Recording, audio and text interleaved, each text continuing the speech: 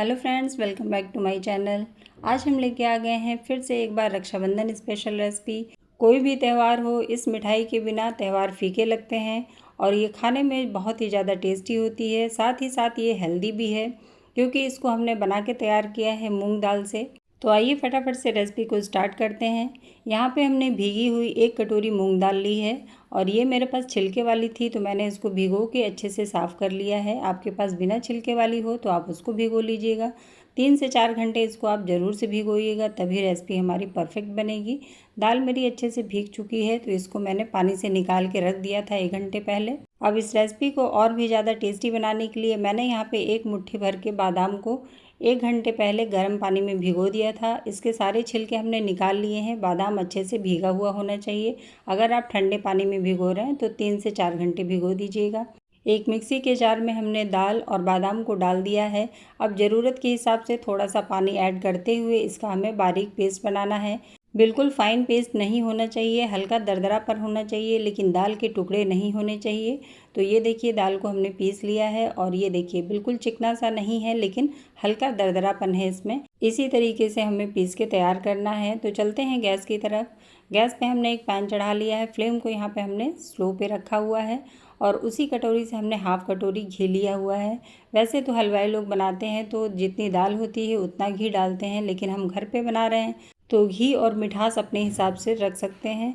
तो यहाँ पे मैंने हाफ़ कटोरी घी में से आधा डाल दिया है और आधे को अभी बचा के रखा है। घी हमारा मेल्ट होना चाहिए, बहुत ज़्यादा हमें गर्म नहीं करना है। यहाँ पे फ्लेम को बिल्कुल सिम पे रखना है। अब ये जो दाल और बादाम का पेस्ट है इसको हम डाल देंगे पैन में। तो पूरी को अच्छे से निकाल के हमने यहाँ पे डाल दिया है। अब इसको हमें अच्छे से मिक्स करना है। फ्लेम को अभी स्लो रखेंगे जब तक कि घी और दाल अच्छे से मिक्स ना हो जाए। फ्रेंड्स, साथ ही आप लोगों से प्यारी सी रिक्वेस्ट है कि अगर आप लोग मेरे चैनल पे पहली बार आए हों तो चैनल को सब्सक्राइब कर लीजिएगा। साथ ही बेल आइकन को प्रेस करके ऑल पे क्लिक कर दीजिएगा, जिससे कि मेरी आने वाली वीडियो की नोटिफिकेशन आपको मिलेगी सबसे पहले। यहाँ पे दाल और घी अच्छे से मिक्स हो गया है तो अब यहाँ पे फ्लेम को हमने स्लो मीडियम कर दिया है। मीडियम या हाई बिल्कुल भी नहीं करना है, स्लो या स्लो मीडियम पे ही हमें इसको भुनना है।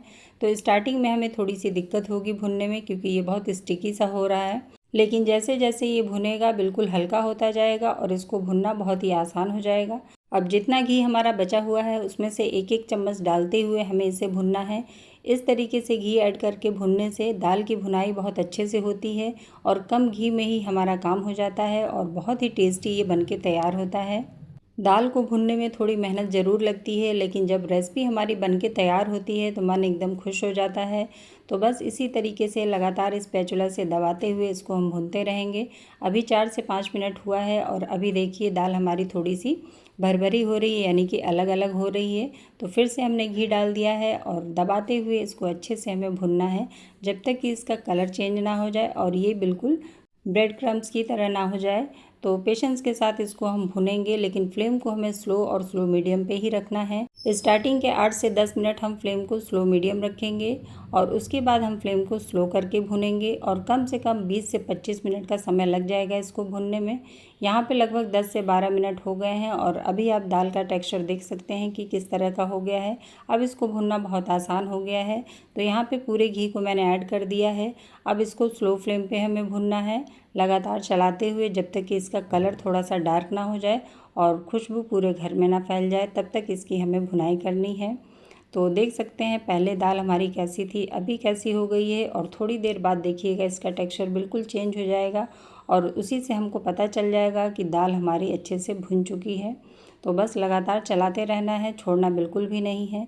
तो ये देखिए अभी लगभग 18 से 20 मिनट हो गए हैं और अभी दाल का टेक्सचर हमारे बिल्कुल रवा की तरह हो गया है। जैसे ब्रेड क्रम्स होता है बिल्कुल वैसा ही है और बहुत लाइट हो गया है। अब इसमें से घी भी रिलीज़ हो रहा है। ऑलमोस्ट ये दाल भुन चुकी है, लेकिन और भी अच्छे टेस्ट के लिए मैं इसको 3 से 4 मिनट और भूनूंगी जब तक कि इसका कलर थोड़ा सा डार्क ना हो जाए। यहाँ पे करीब 3 से 4 मिनट और भून लिया है। दाल हमारी बिल्कुल भुन के तैयार है तो इसको हमने साइड में रख दिया है। यहाँ पे दूसरा पैन चढ़ा लिया है और इसमें उसी कटोरी से हमने 1 कटोरी चीनी डाला है। जितनी हमारी दाल थी उतना हमने चीनी डाला है, बाकी आप अपने टेस्ट के हिसाब से थोड़ा सा घटा या बढ़ा सकते हैं। अब जितना हमने चीनी लिया है उसका हाफ़ डाल देंगे पानी, यानी कि हाफ़ कटोरी हमने पानी डाल दिया है। अब इसको मीडियम फ्लेम पे फटाफट से मेल्ट होने देंगे, लेकिन चलाते रहेंगे। चीनी मेल्ट होने के बाद इसको हम 4 से 5 मिनट और पकाएंगे मीडियम फ्लेम पे, जब तक कि इसमें एक तार की चाशनी ना बनने लगे। तो यहाँ पे चीनी हमारी मेल्ट हो गई है। तो बिल्कुल मार्केट वाला लुक लाने के लिए मैं यहाँ पे 1 पिंच डाल दूँगी फूड कलर। इससे जो है बर्फ़ी में बिल्कुल मार्केट वाला लुक आएगा। बिल्कुल ऑप्शनल है, आप इसके बिना भी बना सकते हैं, तब भी बहुत ही प्यारा सा कलर आता है, लेकिन मैंने 1 पिंच डाल दिया है। अब इसको डाल के अच्छे से मिक्स कर लेंगे और तब तक पकाएंगे जब तक कि एक तार ना बनने लगे। तो बीच बीच में आप चेक करते रहिएगा। अगर चाशनी हमारी बहुत ज़्यादा पक जाएगी तब भी हमारी बर्फ़ी जो है बहुत कड़क बनेगी, और अगर कम पकेगी तो बर्फ़ी हमारी सेट नहीं होगी। तो इसलिए हमें एक तार बनने का खास ध्यान रखना है। तो एक तार बनने लगा था तो मैंने चाशनी को गैस से हटाकर साइड में रख दिया है, और ये जो हमने दाल भून के रखी थी इसमें हमने मावा डाल दिया है। तो यहाँ पे हाफ़ कटोरी मावा हमने डाल दिया है। ये होममेड मावा है, आप मार्केट का भी डाल सकते हैं। मावा डालने से बहुत ही अच्छा इसमें टेस्ट आता है। गैस की फ्लेम यहाँ पे बंद है। मैं आपको दिखा रही थी कि गैस यहाँ पे ऑन हमें नहीं करना है। मावे को अच्छे से हमें मिक्स करना है दाल में, और यहीं पे डाल देंगे 4 से 5 इलायची को कूट के। इस बर्फ़ी में इलायची का फ्लेवर बहुत ही ज़बरदस्त आता है, तो इसको आप ज़रूर से ऐड कीजिएगा। अब सभी चीज़ों को अच्छे से मिक्स कर लेंगे। अब यहाँ पे सभी चीज़ें अच्छे से मिक्स हो गई हैं। तो ये जो चाशनी है बिल्कुल गरम गरम में ही इसको डालना है। बस एक चीज़ गरम होनी चाहिए, या तो आपकी चाशनी गरम होनी चाहिए या फिर ये जो दाल का मिक्सचर है ये गरम होना चाहिए। दाल हमारी ठंडी थी तो हमने गरम गरम चाशनी डाली है इसमें। अब दोनों को अच्छे से मिक्स करेंगे। अगर आप दोनों चीज़ें गर्म डाल देंगे तो जो हमारी बर्फ़ी बनेगी बिल्कुल कड़क बन के तैयार होगी। तो इस बात का हमें खास ध्यान रखना है। गैस की फ्लेम को हमने अभी तक ऑन नहीं किया है। सभी चीज़ों को अच्छे से पहले मिक्स कर लेना है ताकि इसमें बिल्कुल भी लम्स ना रहे। और अभी आप देख सकते हैं अच्छे से मिक्स हो गया है। तो गैस की फ्लेम को हमने ऑन कर दिया है और स्लो मीडियम रखा है। अब इसको हमें 3 से 4 मिनट पकाना है। तब तक पकाएंगे जब तक कि ये पैन से अलग ना होने लगे और थोड़ा सा गाढ़ा ना हो जाए। तो अभी आप देखेंगे लगभग 3 से 4 मिनट पकने के बाद ये बिल्कुल गाढ़ा हो जाएगा और पैन से अपने आप ही अलग होने लगेगा। तो चलाना मत छोड़िएगा, बिल्कुल लगातार चलाते रहिएगा। और करीब 4 मिनट मैंने इसको पकाया है। अभी ये गाढ़ा भी हो गया है और पैन को भी छोड़ दिया है। तो गैस की फ्लेम को हमने बंद कर दिया है, और यहाँ पे हमने घी से ग्रीस करके एक थाली ले ली है जिससे कि बर्फ़ी को निकालने में आसानी होगी। आप यहाँ पे कोई ट्रे भी ले सकते हैं। अब इसमें इस मिक्सचर को हम डाल देंगे। आपको जैसी बर्फ़ी चाहिए, पतली या मोटी, उसी हिसाब से आप प्लेट लीजिएगा। अगर आप छोटे बर्तन में जमाएंगे तो इसके पीसेस जो है मोटे मोटे निकलेंगे। अगर बड़ी प्लेट में फैला रहे हैं तो मेरी तरह मीडियम थिकनेस के ये बन के तैयार होंगे, जो कि बिल्कुल परफेक्ट थे।